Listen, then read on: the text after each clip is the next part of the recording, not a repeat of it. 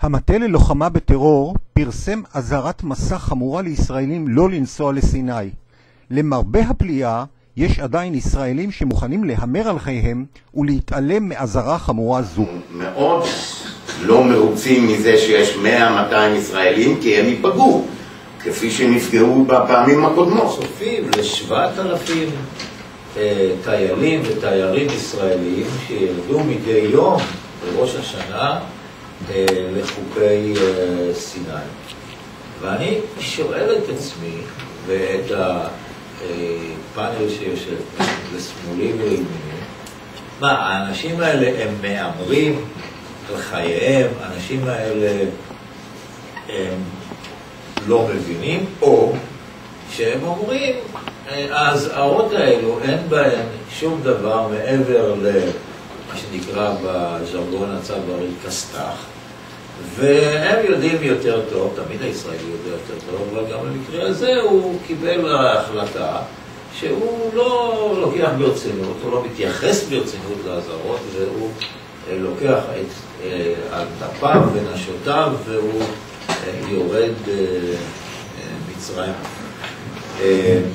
זאת לדעתי שאלה מאוד מעניינת וזקוקה לליבון, שאלה שנוגעת גם להתייחסות של הציבור הישראלי לא רק להזהרה הזאת, אלא להערכות, לשיקולים, לפעולות של ממשלת ישראל על סוכנויותיה השונות בכל מה שקשור לביטחון. בדרך כלל סדרי גודל של 200-300 מהם זה ישראלים שיורדים לסיני. אלה שמעניינים אותנו, כלומר אלה אנשים שנכנסים לזירת האיום. מתוך 200-300 כמה עשרות, 50, 60, אלה המאמרים האמיתיים, הם פונים ישר שמאלה להילטון טאבה, להמר בקזינו. אז זה בדרך כלל ללילה אחד, יש כאלה שהם הרוויחו הרבה או הפסידו הרבה, אז הם נשארים לאוברנייט, אולי מחר ירוויחו עוד או יתקנו נזקים וחוזרים. בדרך כלל זה ישראלים מהמגזר הערבי, גם קצת ישראלים יהודים. זה בערך הפרופיל של תנועת סיני. האם נראה לך שמדינת ישראל צריכה להיות ערבה לחיים של אזרחים, משפחות עם ילדים, שבניגוד לאזהרת המסע יצאו לסיני?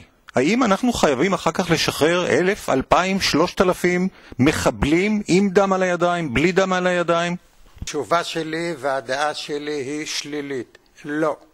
מדינת ישראל לא צריכה על אחת וכמה וכמה לשחרר איזה מספרים דמיוניים של מחבלים. מאידך, מדינת ישראל לא יכולה להישאר כמובן אדישה או להפקיר לחלוטין את אזרחיה, אבל היא צריכה לפעול, הייתי אומר, בגבולות מאוד סבירים ולא לצאת מדעתה במהלכים כמו שחרור אלפי מחבלים.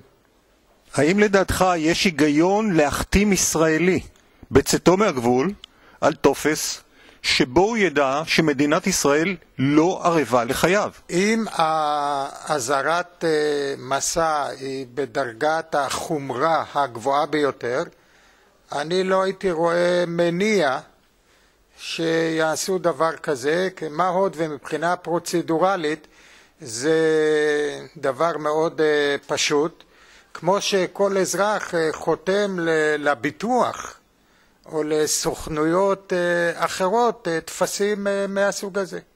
עמוס, כמי שהיה הרבה מאוד שנים בצבא, כמי שמכיר את המודיעין לפנים ולפני, אחרי אזהרת מסע כל כך חמורה, היית לוקח את משפחתך לסיני? אם הייתה אזהרת מסע חמורה, ואני יודע, בנותיי הצעירות היו מאיצות בי צא לסיני, לא הייתי יוצא.